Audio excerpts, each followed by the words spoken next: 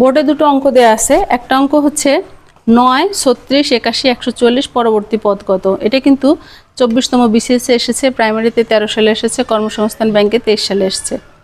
আর এই অঙ্কটা 144, তারপরের পদ 81, তারপরের পদ 36 এবং পরবর্তী পদটি কত হবে।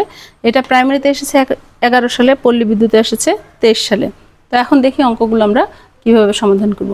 এখানে 9 বর্গ 9 হচ্ছে 3 বর্গ, 36 হচ্ছে 6 বর্গ, 81 9 বর্গ, 144 12 বর্গ। এখানে খেয়াল করলে দেখা যায় যে 3 থেকে 6 3 বড়, 6 থেকে 9 3 বড়, 9 থেকে 12 3 বড়। তার মানে পরের পদটা আরও 3 বাড়বে। 12 সাথে 3 যোগ করলে হয় 15, তার মানে 15 এর বর্গ হবে। 15 এর বর্গ কত? 15 15 225 হবে। এখানে হবে 225।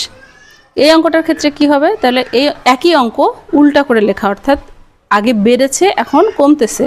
তার মানে এখানে 12 বর্গ 144, এটা হলো 9 বর্গ, এটা হচ্ছে 6 বর্গ। তারপরেরটা কত হবে? তাহলে প্রত্যেক ক্ষেত্রে 3 3 করে কমেছে।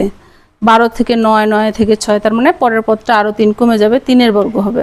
তাহলে 3 বর্গ মানে এখানে হবে 9। এভাবে কিন্তু অঙ্কগুলো আমরা খুব সহজেই সমাধান করতে পারি এবং পরীক্ষায় যে ধারার যে 1 নম্বর, এটা আমরা খুব সহজেই পেতে পারি।